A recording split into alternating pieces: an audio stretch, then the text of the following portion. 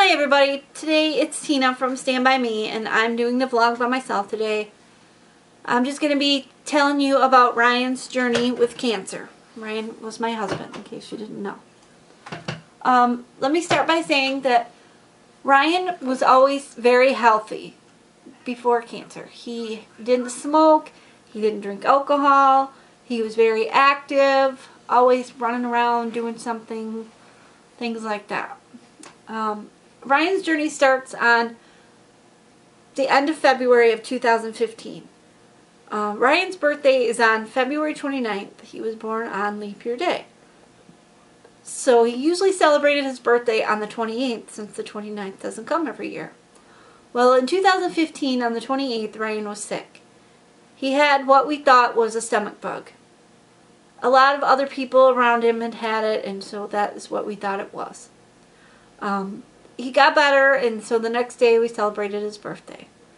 A few days later, I think it was the 10th or the 11th of March, Ryan still wasn't feeling good. He was constipated. He hadn't gone to the bathroom in a while. So he decided to go to the ER. He'd been working that day and he just felt miserable, so he wanted to go to the ER. We went to the ER, they did an ultrasound, they said, nothing's wrong. You're perfectly healthy. You're just constipated. There's a small spot on your liver. You need to get that checked out. Okay. So he made an appointment with his regular doctor the next day. He had the next day off work. We bought some Miralax for the constipation. That's what they told him to get at the hospital. He started taking that. It didn't help. Now, the day of March the 14th, Ryan worked that day and he was miserable all day. He was in pain. He still hadn't gone to the bathroom. So that night he came home and he was sick all night. He was in the bathroom all night, vomiting, horrible pain, didn't know what to do. So he wanted to go to the hospital. About 5 o'clock in the morning he decided he wanted to go to the hospital. He wanted to go by ambulance because if he went by ambulance he thought he would get pain meds to help with the pain. So I called an ambulance. The ambulance came and took him to the hospital and I followed. They didn't give him any pain meds in the ambulance though. So he got to the hospital and they did a CT scan and we waited around for the results. And a doctor came in and he basically just said, "It looks like you have colon cancer." Those were not the words we were expecting to hear from the doctor. We thought he would say, "Okay, you're constipated," something never did in a million years did we expect to hear you have colon cancer. We were floored. Ryan still didn't feel good. He was still miserable, so he didn't say a whole lot. So I had to leave. I had to go out. I had to call his parents and tell them that the doctors are now saying that their son has cancer. I was in shock. I had to tell his parents. I called his parents, told them they were going to come to the hospital. I called my parents. I was all upset, telling my parents. My kids were home. They didn't know yet. That wasn't something I wanted to tell them over the phone. So my parents said that they would come over and get the kids and bring them up to the hospital. So a little while, the kids come up to the hospital, and of course we had to tell them that their dad had cancer. And it wasn't easy, but we did it. At this point, we didn't know how bad Ryan's cancer was. We were still hopeful that it was, it was just a small mass. They would be able to get it, remove it. They scheduled him for surgery the next day, March 16th, 2015. Ryan had surgery to remove the tumor. The doctor said she was going to try to do it laparoscopically. They said it should take 2 or 3 hours. It ended up taking over 4 hours. After the 4 hours was up, the surgeon came out. Her name was Dr. Goethals. She's a very good surgeon. I recommend her. She's very great. She took us all into a small little room. There was a lot of us there. Ryan's parents were there, Ryan's brother, Ryan's sister, me, my kids, my parents, my sister, Ryan's aunt was there, Ryan's uncle was there.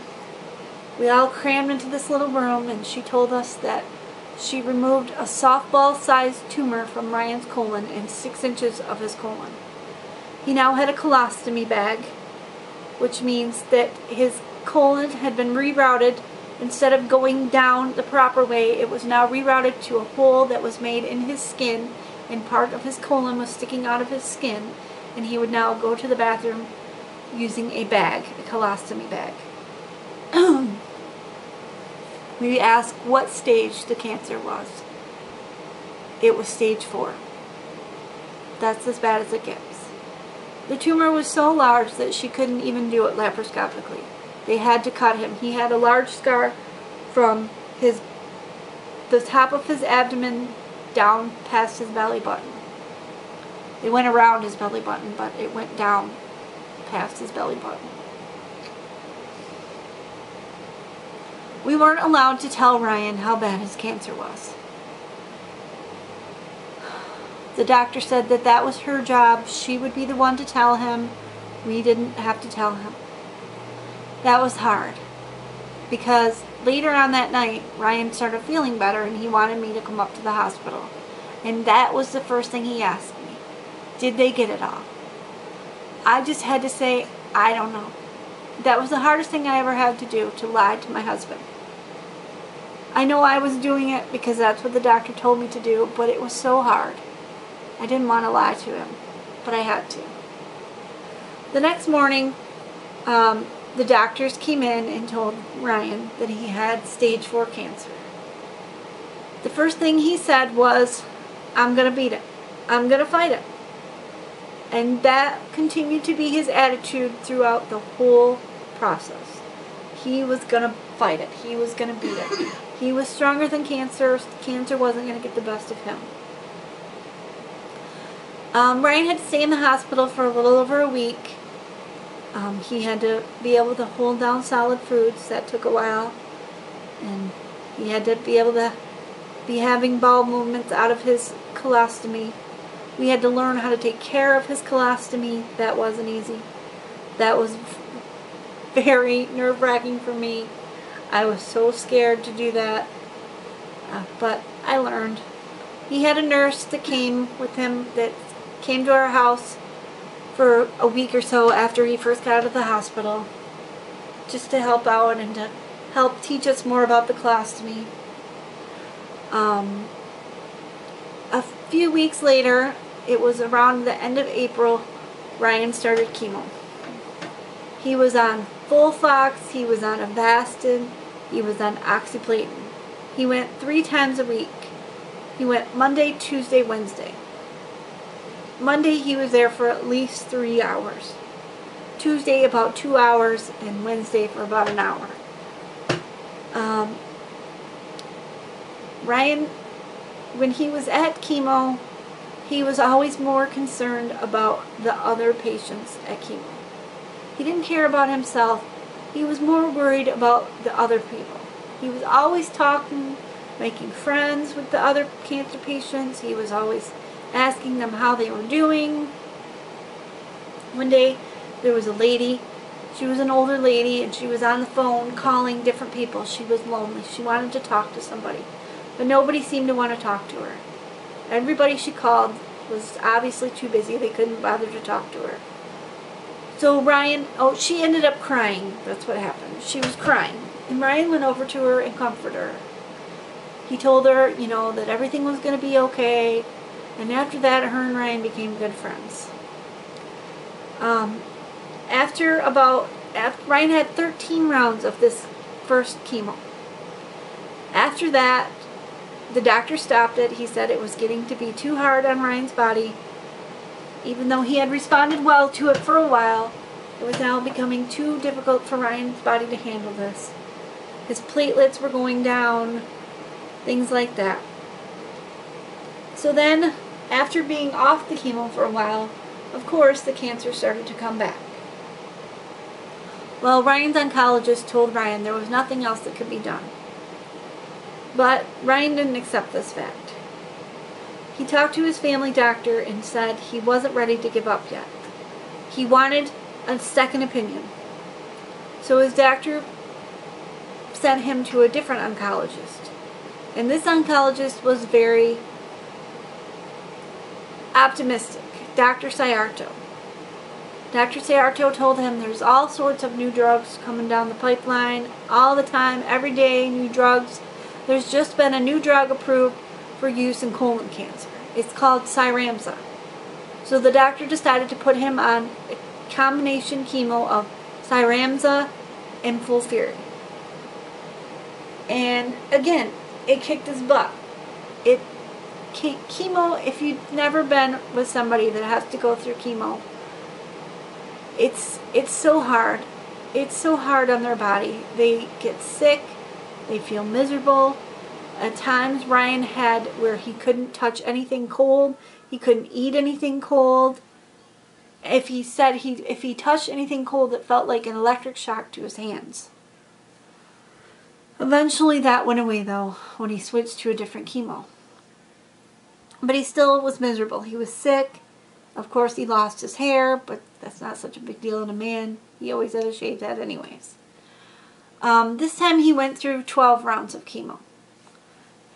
After the 12 rounds of chemo, the doctor wanted to put him on Cyramza alone. Instead of the combination, he was just going to put him on Cyramza. His insurance didn't want to cover this. They said it wasn't FDA approved. Cyramza wasn't FDA approved alone. It was only approved with use of FOLFIRI. But his doctor didn't want him on FOLFIRI anymore because it was making his platelets go down.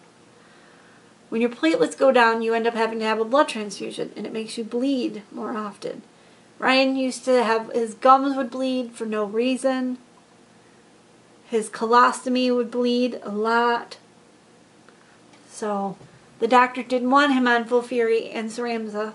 So since the insurance company wouldn't pay for Cyramza, even though we fought very hard for them to pay for it, he had to go off this drug. So now he was going to go through clinical trials. He was going to put him in a clinical trial. The first clinical trial that Ryan started was called Sutent. It was a pill that he took once a day. And at first it worked great. Ryan even went back to work. He was great. It's like he was his old self again.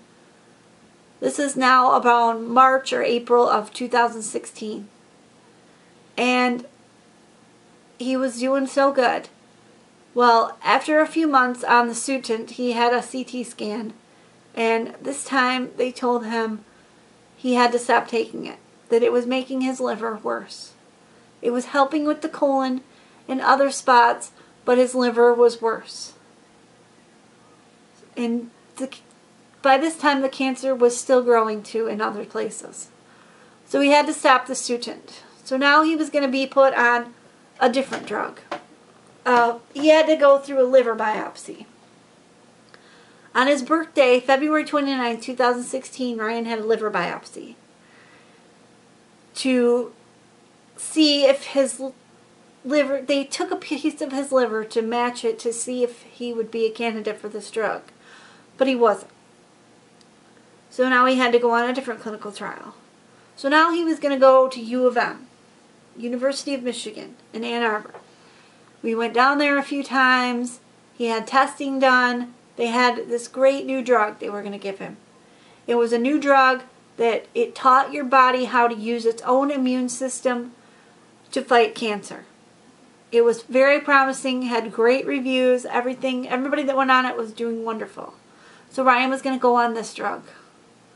But then we got the CT scan results back, and Ryan's liver enzymes were too high. He couldn't be on this drug. It wasn't going to work for him. So now his doctor put him back on just on chemo, regular chemo. He was on the Cyramza and the FOLFIRI again. Ryan had started to lose weight. He had gone from about 170 pounds to 130 pounds in a span of 2 months. In 2 months, he lost 40 pounds. He wasn't eating. He could hardly keep anything down. He was having pain. He was on painkillers. He was on Norco. He was on morphine. The morphine was making him so he couldn't eat.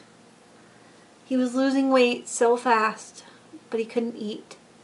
The chemo was making him so sick, he had to stop the chemo. At this point, the cancer has spread all throughout his abdomen and his liver, and everything was getting worse. And there wasn't anything we could do about it. In July 2017, the doctor told Ryan that there wasn't anything else that could be done. He needed to go on hospice. Hospice was going to be his best bet to control his pain. So on July 13th, 2017, Ryan started hospice. They brought out a hospital bed and oxygen and all sorts of stuff. The nurse came to our house, a nurse aide. Once Ryan started on hospice, he went downhill fast. He was sleeping most of the day. He couldn't eat. He could barely even talk. He couldn't hardly walk. He couldn't do anything but sit. He sat in the chair all day and slept. July 20th, 2017. I think we all knew something was up that day. It was just I don't know. I think we all knew he wasn't doing good. His breathing had slowed. Things weren't good. And so we were with him all day that day. We sat around all day. I would sit with him. I would rub his arm. I would hold his hand. I would tell him how much I loved him. And every time I told him I loved him, even if he was sleeping, he would wake up and tell me that he loved me too. That was the one thing he could say. He would tell me that he loved me. Around 9:30 that night, his brother called and asked if he could come over.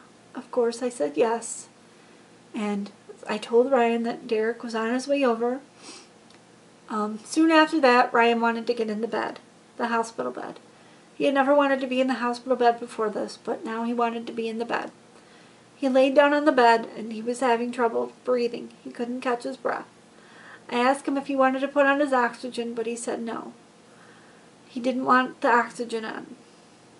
He was having such a hard time breathing, but he was fighting so hard. I told him it was okay to go. I prayed for him. We prayed. Me and the kids stood around him and held hands and held his hand and prayed for God to take him so he could stop suffering. A little after 10, his brother got here.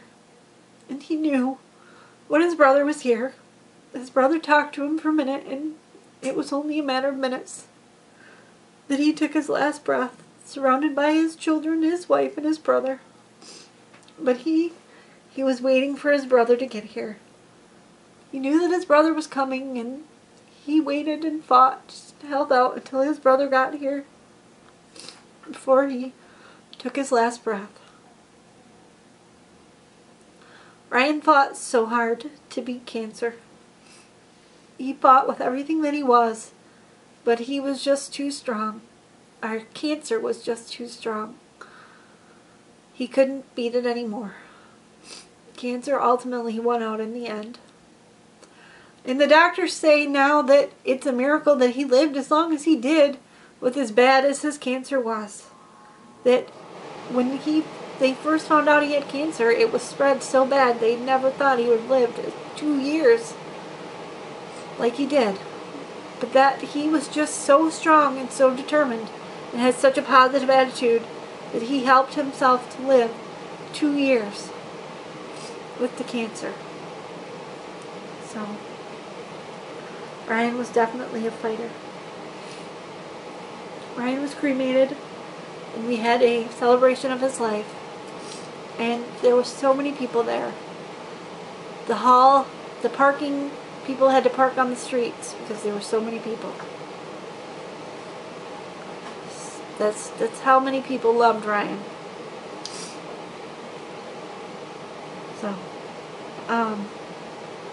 I'll put a link down below to a Facebook page that tells all about Ryan's journey. It's something that I kept all throughout his journey just to keep everybody updated on what was going on with Ryan. So I'll put a link down below for that.